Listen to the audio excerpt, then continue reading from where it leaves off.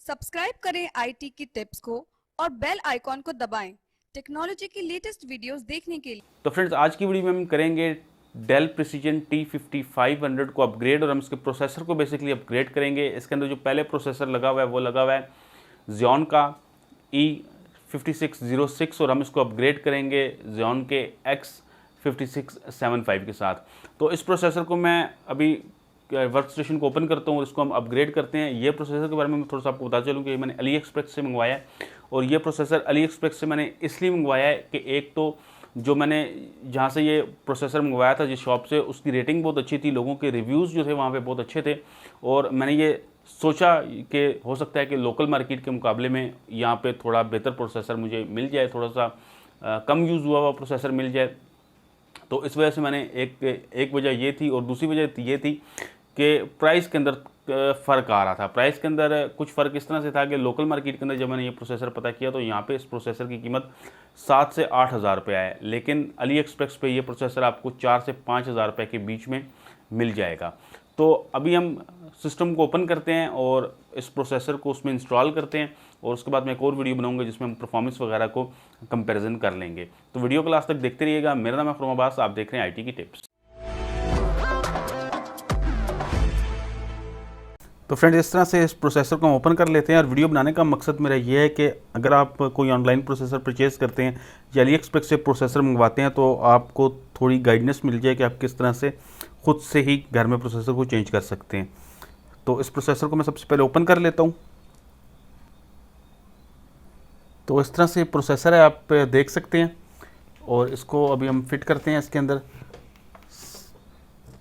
सबसे पहले हमें यहाँ से हीट सिंक को ओपन करना है। तो हीट सिंक को ओपन करने के लिए बस आपको एक सिंपल स्क्रू ड्राइवर चाहिए होगा। स्क्रू ड्राइवर ला के आप हीट सिंक के जो पेच हैं चारों साइड से उनको ओपन कर लें।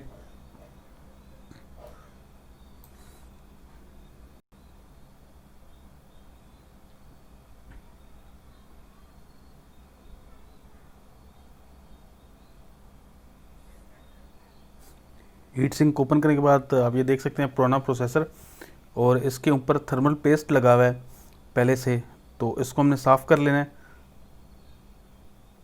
और पुराने प्रोसेसर को हम निकाल लेते हैं।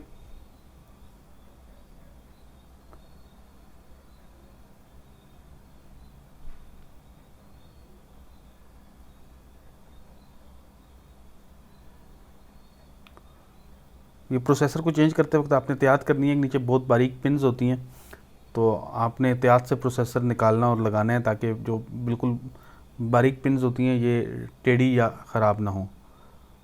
तो अभी हम इसके ऊपर नया प्रोसेसर लगा लेते हैं और ये प्रोसेसर हम इसके ऊपर फिट कर देते हैं उसी तरह।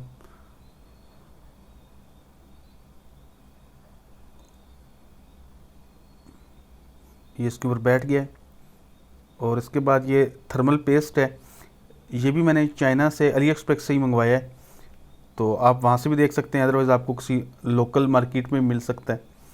ये ज़्यादा महंगा नहीं होता, 300-400 रुपये में आपको ये मिल जाएगा। तो ये थर्मल पेस्ट जो है ये थोड़ा सा हमने प्रोसेसर के ऊपर लगाना है और ये लाजमी लगाना होता है, अदरवाइज़ आपका प्रोसेसर जो है वो बहुत ज़्यादा हीट अप होगा।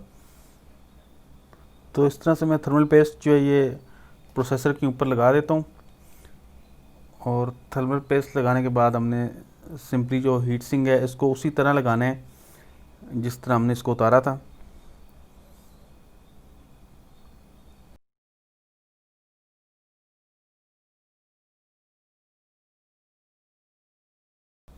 तो इस तरह से आप अपना प्रोसेसर जो है वो अपने मदरबोर्ड के ऊपर फिट कर सकते हैं। तो आगे मैं एक और वीडियो बनाऊंगा जिसमें हम इसकी परफॉर्मेंस वगैरह चेक करेंगे। तो फ्रेंड्स, उम्मीद करता हूँ कि मेरी आज की वीडियो आपको पसंद आई होगी। अगर आपको ये वीडियो पसंद आई है तो आप इसको लाइक कर दें। इसके बाद मैं एक और वीडियो बनाऊंगा जिसमें हम इसके परफॉर्मेंस का कंपैरिजन करेंगे इन दोनों प्रोसेसर्स की।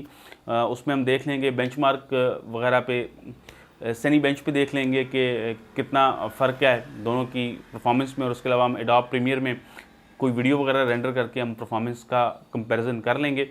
तो आज की वीडियो में बस इतना ही। अगर आपको टेक्नोलॉजी के अंदर इंटरेस्ट है और उस तरह की मज़ीद वीडियोस देखना चाहते हैं तो आप मेरे चैनल आईटी टिप्स को सब्सक्राइब कीजिएगा, मेरी इस वीडियो को लोगों के साथ शेयर कीजिएगा। वीडियो देखने का बहुत शुक्रिया। अल्लाह हाफ़िज़।